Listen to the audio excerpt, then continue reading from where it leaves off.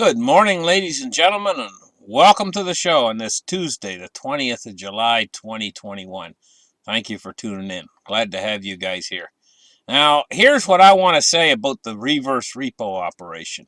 I've been sitting in my mind trying to figure out how exactly it works, and I don't really know exactly. I'm not a banker, for crying out loud, but I'm going to try to explain it the way I see it working, and they're getting a rate of return overnight, so that's like daily, of 0.05%.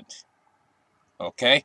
Now, we all know they flooded massive amounts of their money into this reverse repo operation. And we all know that they're all taking advantage of it, the banks. So what are they really getting? Well, I think they've got it set up so that it's all like automatic now. They use the internet, So they're not really actually sending this money to the Fed, and then the Fed reverses them and sends them collateral, which would be in the form of T-bills or bonds. And then they reverse the trade back the next morning. It would be all set up automatically.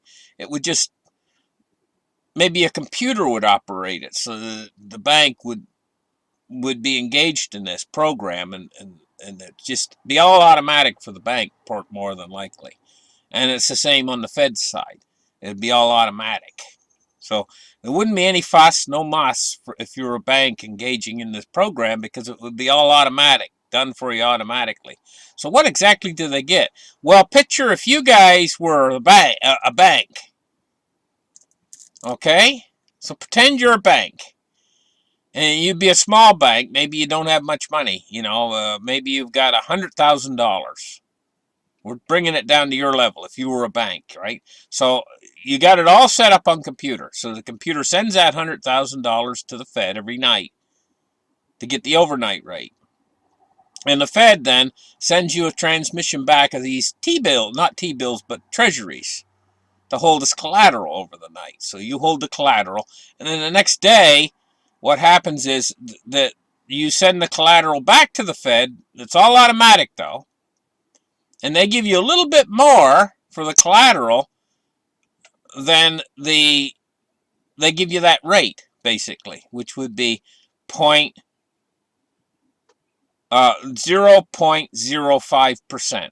Okay, so you set your $100,000. The transmission goes to the Fed overnight. They have that $100,000. You have this collateral, which is the bonds, right? Then the next day they send it back. They would send you $50. Am I figuring this right? So instead of a $100,000, you'd have $100,050. Then the next day you do the same thing, and then you'd have $100,100. And the next day $150, and each day would be $50 on $100,000. Well, that don't sound like much. It doesn't sound very good, does it? But now let's move the scale up a little bit. Instead of 100,000, say you're sending $1 million to the Fed each night. Well, now all of a sudden, instead of making $50, now you'd be making what, 500? I think. Am I figuring that right? Well, let's move the scale up even higher. Instead of $1 million, let's say you're sending $1 billion. Well, now it'd be $50,000 each night. See? Well, let's move the scale up higher. Instead, the bankers are not sending $1 billion; they're sending like 1,000 billion to the Fed every night. How much are they getting paid then? Well, I did the calculator and I sat down and figured it out. If they did it every night, every single night of the year, if they never missed a night, and of course, once they get those programs set up on their computers, it would just ding every night. Ding, ding, ding. More money coming into the bank, right? And so at the end of the year, they would be making 18.25% interest, if I figured my calculations correct. If they did it every single night of the year. 18.25% interest. That's a lot. So what do we get with 18.25% interest yearly on $1 trillion? Well, we would get $185 billion. Well, Well, I was just sitting there thinking about that last night to myself, and I said, well, gee, that's the reason why they don't want you out there. You're not going to give them 18.25% interest when you take out a loan from the bank. You may give them what 4, 5, 6% or something like that, if they're lucky. And then they have to face the worry about you going belly up or whatever, and them not getting their money back and all that kind of stuff, and they have to go through all the rigmarole, setting up paperwork and everything else. Oh, why do all that garbage when you can just have the Fed and just lend your money to the Fed every single night and make big time interest and not have a worry in the world about your money's the safety of your money? No wonder there's so many banks prescribing every night to this. Like you hear $1 trillion each night or whatever. They're just rolling it over each night, doing it again and again and again, lending the same money over and over and over again and getting that little Peasley return on it. But that Peasley return adds up to a lot. No wonder they want to shut off lines of credit to everybody out there because they're not interested in you and your line of credit. That's Peasley. They don't want that. They want the big bucks. Boy, I tell you, if I'm right about that, I don't know for sure because I'm not like I say, I'm not a banker, so I don't know for sure if that's the racket or shell game that they're pulling with the Fed. You know, they play that shell game every night, but imagine that's the way it works. And I mean, that would put a backstop behind the banks because they don't need the people anymore. So yeah, I can see the idea behind it all, shutting down all these personal lines of credit to you guys. Because why they don't need you guys? They got the Fed. Best money making machine there ever was for the banks. Has been all along. They've had the banks back more than they've got anybody else's back. They got the banks back.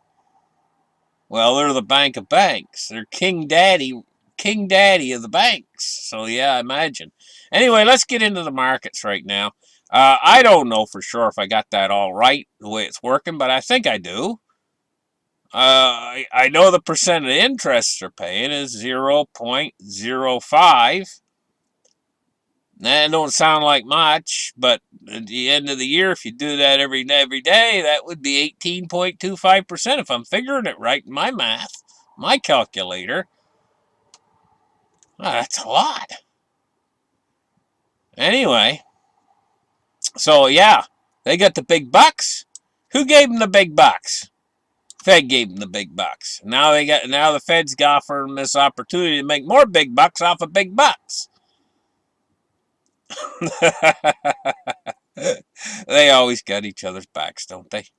But they don't have the backs of us out here. And this actually hurts us out here because the banks used to be willing to make loans and stuff, and they were interested in you and your project or whatever you wanted to do, open a new restaurant or whatever, Now they don't want nothing to do with you. They just want you to get your bags moving. We're interested in the Fed, the money we can get in the overnight.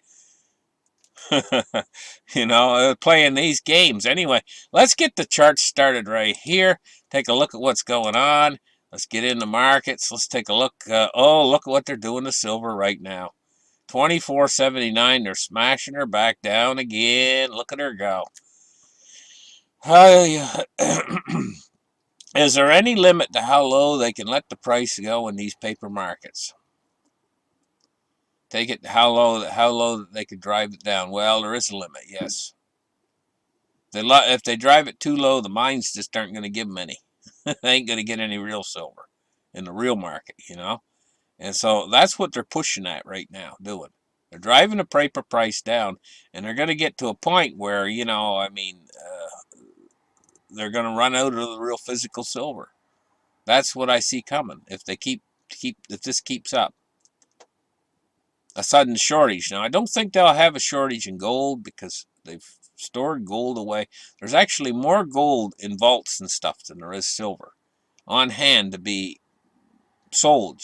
They can find enough gold, but silver they're not going to be able to because it's disappearing. It's going to disappear on them, and they're not going to have any for industry or anything for anything else because, when you start getting a really low price, it's like a fire sale.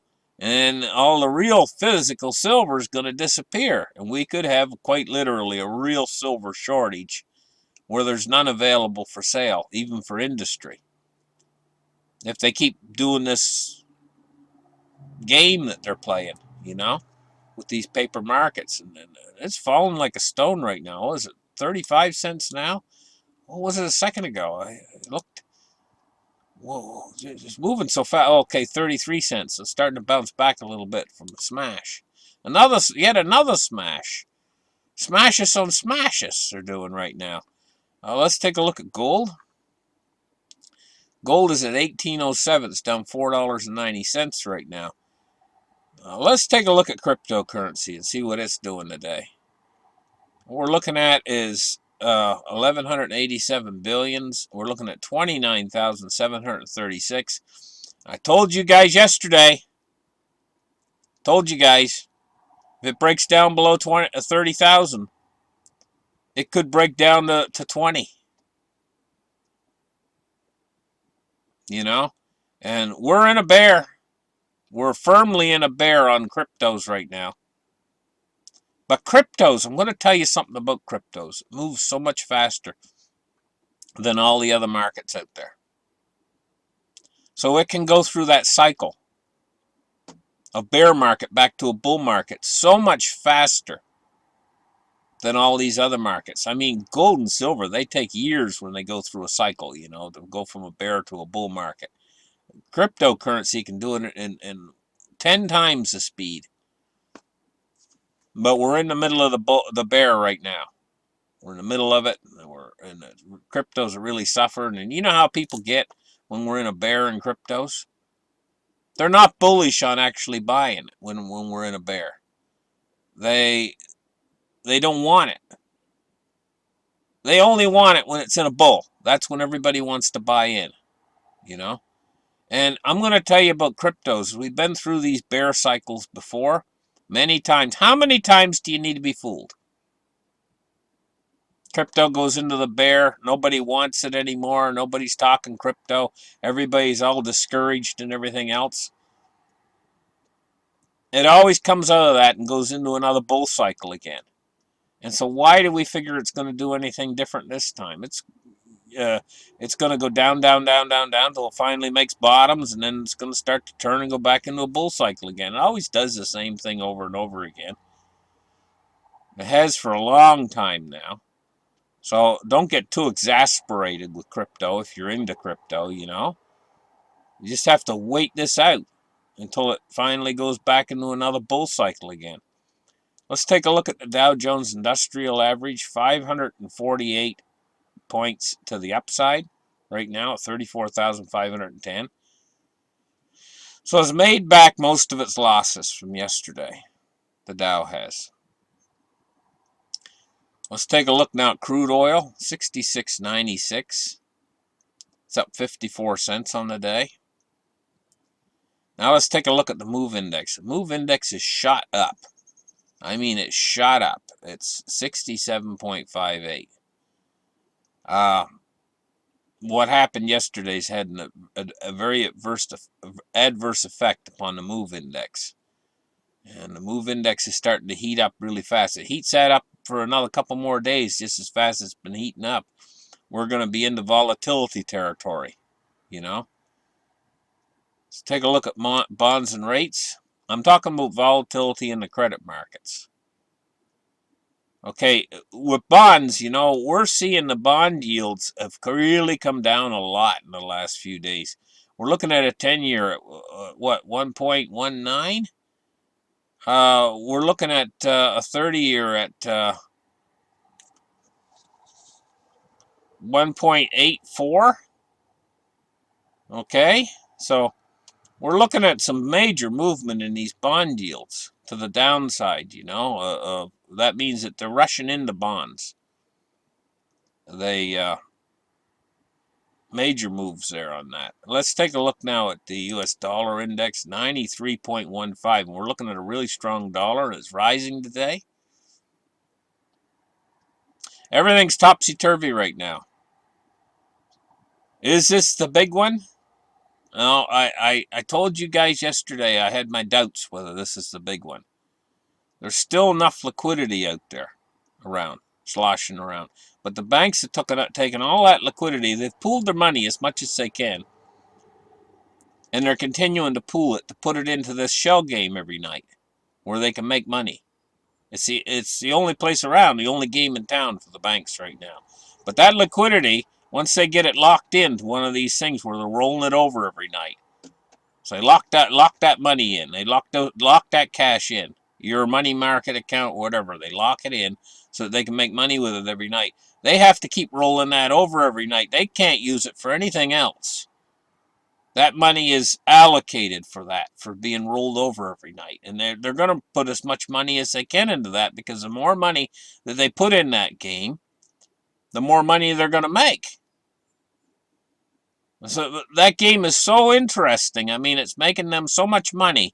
18.25%, if I'm figuring it right. I think I got it right. You tell me where they're going to get an 18% return anywhere else in this system right now. Don't you wish you guys could get that? And think about how much money you want to lock in. You want to lock in every penny you could. In fact, you'd drain everything to try to lock in as much money as you could if you could get a guaranteed. Of course, you can't get any better guarantee than the Fed's going to give them. So, yeah, that's the big game, and you're not going to be interested in anything else once you get that money locked in. You're like, oh, I'm good.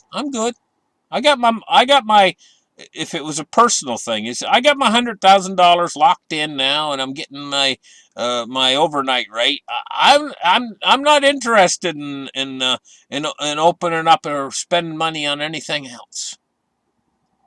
Yeah, what a weird world we're in right now. Thank you guys for listening to my show. Like and subscribe, and we'll catch you guys in the very next episode. Bye bye. Oh, and have a great day, guys.